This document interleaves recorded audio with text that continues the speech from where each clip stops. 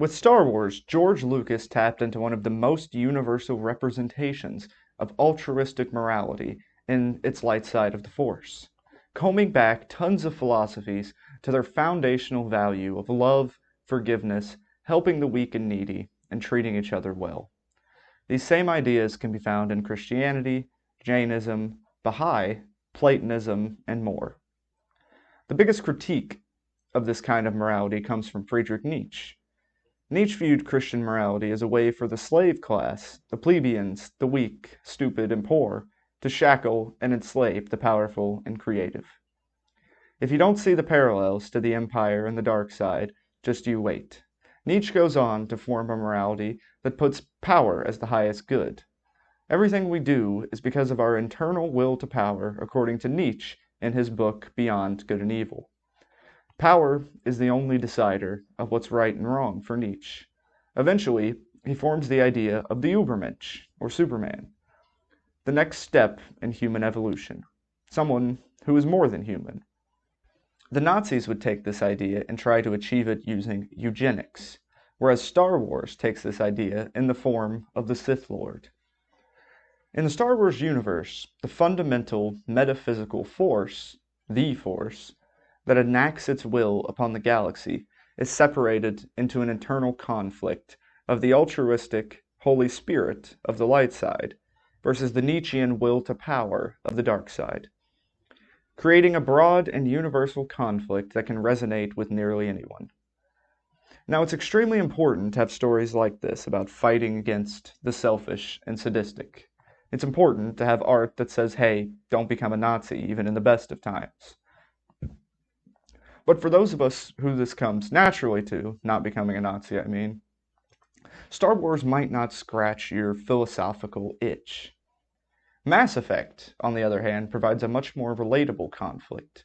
The question of altruism versus power becomes much more difficult when you're threatened by the Lovecraftian horrors known as the Reapers, who threaten to kill all life in the galaxy. The decision between Paragon and Renegade becomes a much more difficult one than Star Wars' light side versus dark side.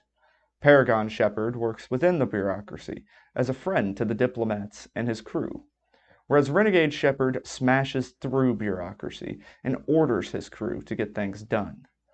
Renegade Shepard does whatever is necessary. The end of getting the power to save the galaxy always justifies any means, such as letting the Council die or faking the genophage cure. Paragon Shepard, though, is just as concerned with the people doing things in a way that doesn't hurt anyone unnecessarily. He trusts and takes hopeful risks, like leaving the Rachni Queen alive or allowing the Krogan to be cured. The Paragon has faith in the good of the galaxy. The Renegade believes that they must bend the galaxy to achieve the goal of defeating the Reapers, and that they need power to do that. In the end of the trilogy, you build the MacGuffin known as the Crucible, and are offered a final choice between three options. The way I see it, the game's endings are separated like this. Synthesis is the ultra-altruistic choice. Everyone works together.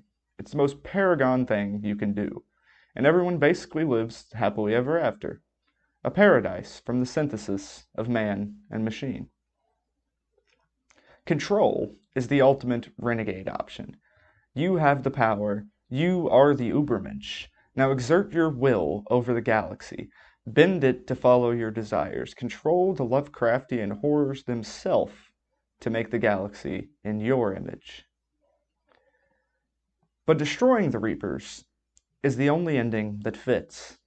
It's the ending that fits Shepard as a character the most, no matter the player. You had no choice but to kill Saren, the villain of Mass Effect 1. He wanted to synthesize with the Reapers, and so Shepard killed him. The elusive man had the plan to control the Reapers and got indoctrinated. Shepard killed him because the Reapers couldn't be controlled, and he was a fool for trying. This is what we were led to believe up to this point. But in the end, the game offers us the choices it refused us previously. And to me, it just feels weird to choose anything but the destroy option. The way I see it, both control and synthesis have Shepard forgetting that we've come all this way to destroy the Reapers, that Paragon and Renegade were simply paths to reach this same conclusion. By choosing control or synthesis, Shepard has been so overtaken by the Renegade or Paragon ideology that they forget what the mission was entirely. And honestly, I don't know if it's Mass Effect's greatest philosophical success or just a happy accident. Thanks for watching.